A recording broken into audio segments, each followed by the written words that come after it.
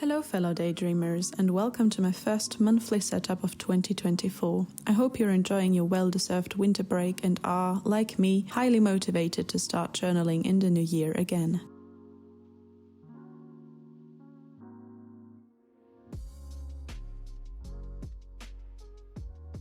To make my monthly entry page more effective, I've added a mini calendar to the left side of the spread. Here is where I can add little color-coded dots for different life areas that can have events and then add an abbreviation of some sort next to it. With this layout, I can easily and quickly see what's going on that month and where I have lots of meetings to attend, where I can be a bit slower and do my own things. Next to it, I'm just spelling out January in the same font that is reminiscent of the game Unpacking that I'm featuring this month.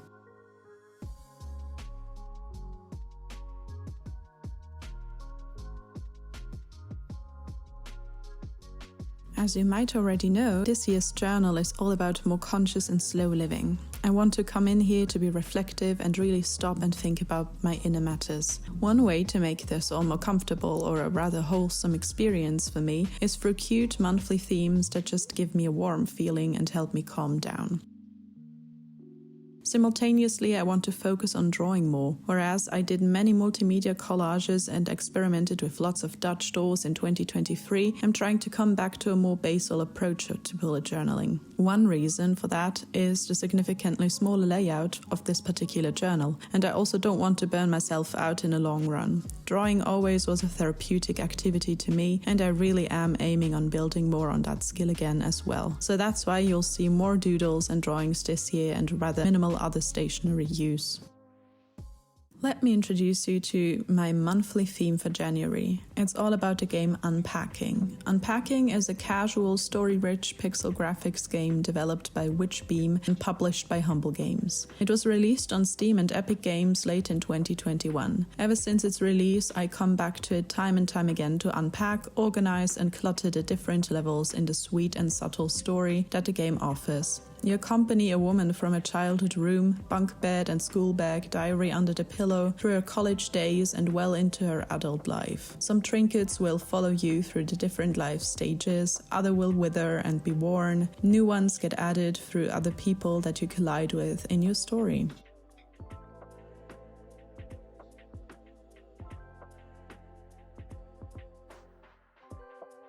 Whilst calmly going through all the treasures and bits and bobs trying to find the perfect system, it made me think about me and how my own story would develop. If you could only see glimpses through the spaces I'm moving into, get accustomed to, and eventually grow out of again. What am I bringing? What will stay by my side from start to finish? What will be left behind? What will be added? What will others add to my collection or take from it? Even if not everything is material or can be specifically reduced down to a single object of worth, materials and things still cling to us. We worship some, we detest others, we're searching for special ones only special to us, and arrange them into neat rows or pile them into a chaotic scenery. They decorate our spaces that get personalized, humanized. They make empty rooms feel like home. In this broadly minimalist notion sweeping through the internet, I don't want to miss my little treasures. I'm actually fine living in my little cluttered universe of objects dear to my heart. This was my first little thought experiment reflecting upon my monthly theme. I hope to bring similar digressions back in future setups.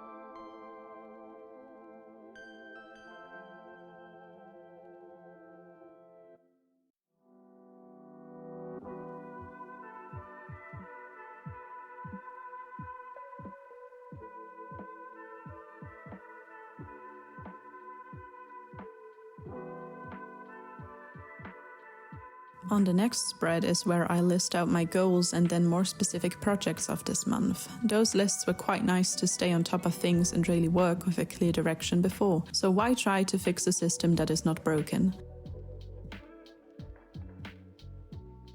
Under those two boxes is a video planner. I'm bringing this one back to see if it would help me in addition to my digital upload plan on my computer. Figured it would be quite rewarding being able to tick off the steps in creating content here on YouTube.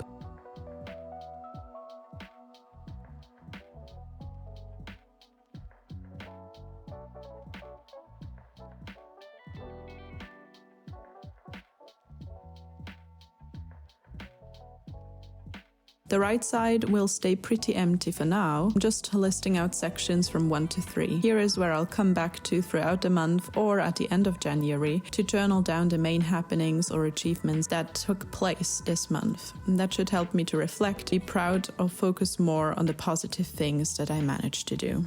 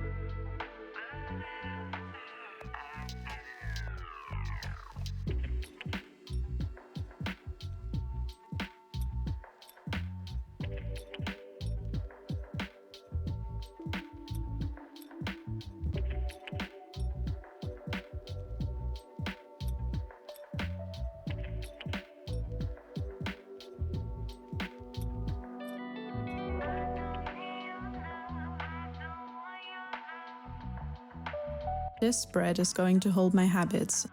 Since it's the new year, I feel newfound energy flowing through me, and I'm inspired by all the people around me who have set affirmations for New Year's. Trying to channel that momentum, I'm bringing back some singular habit tracker monitoring my workouts that I want to take up again finally. I also want to be mindful daily, as that belongs to my bullet journal practice this year especially. Same goes for being creative. That can be in my journal or in different areas in life, like customizing more of my clothes, which I began in 2023. Lastly, there is just a basic practice of journaling daily that I really need to get into my system if I want to successfully work in this bullet journal. Under the singular habit tracker is 1 bi-weekly and 3 weekly trackers to tick off. Through my workouts, I want to find my way back into my body consciously, and through that also pamper and honor it through regular beauty practices. Be it shaving, applying nail polish, or doing a hair mask. And then I can't forget about my home that I'll be staying in most of January since I'm on semester break. I want to keep it clean and tidy. Lastly is the fact that I really need to set up my weeks in advance this year, since I want to do a tarot reading and planet study each and every week. Next to it is my mood shelf. I wanted to color in books and probably CDs in the big shelf according to how I feel that day. All the objects in the shelf, their arrangement, and even the shelf itself are drawn after the elements I know from Unpacking, and they are some of my favorites to clutter up with whatever I draw out of the ominous cardboard boxes.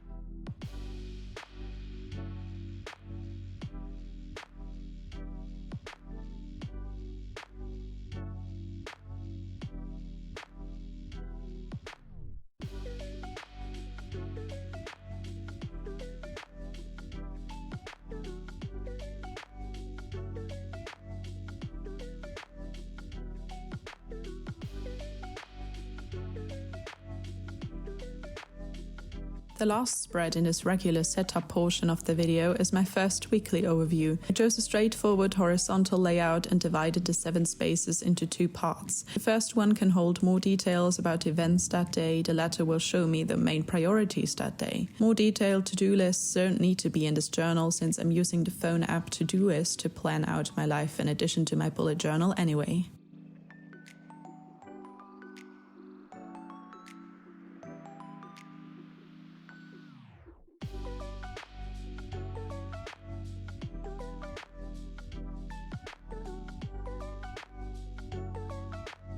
I'm starting the weekly reading by noting down the relevant planet constellations throughout this first week of January. Please keep in mind that I'm totally new on readings like this, except for the tarot portion, and I'm learning things all throughout the year hopefully, so my readings will improve all the time.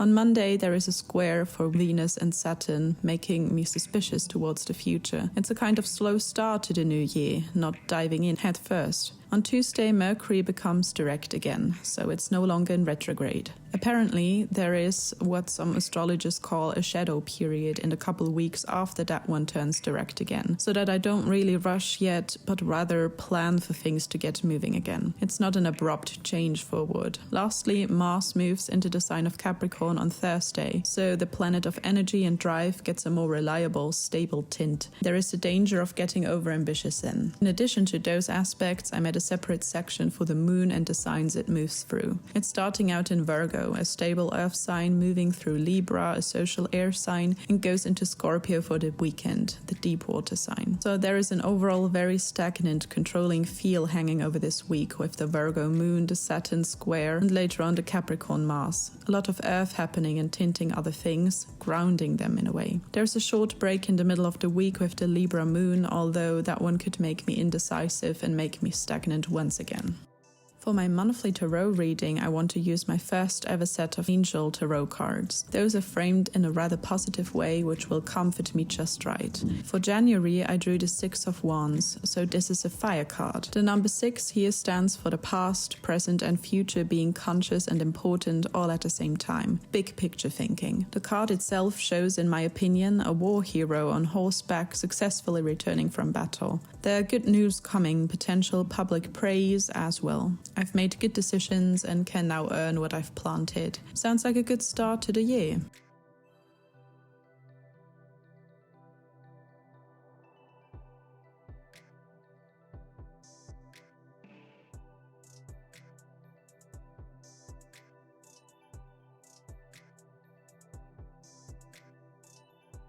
For my weekly tarot reading, I'm using the other deck that I own, the Illuminated Tarot.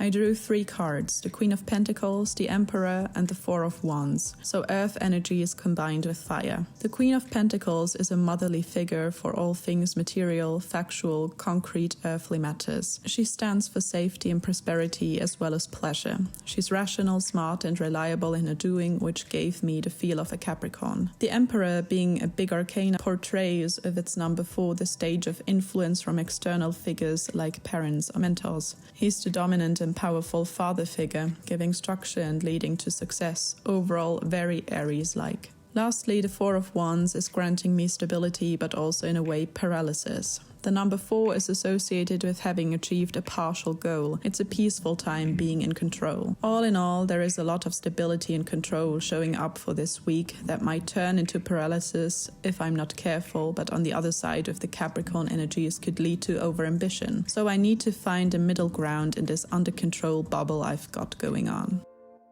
And there you have it, my first monthly setup of this year. I hope to continue this combination of cozy drawing, planning layouts, and more spiritual work through the readings I'm planning on containing in these videos. If you're curious on how this year of bullet journaling turns out, feel free to subscribe. I'll see you there. Bye!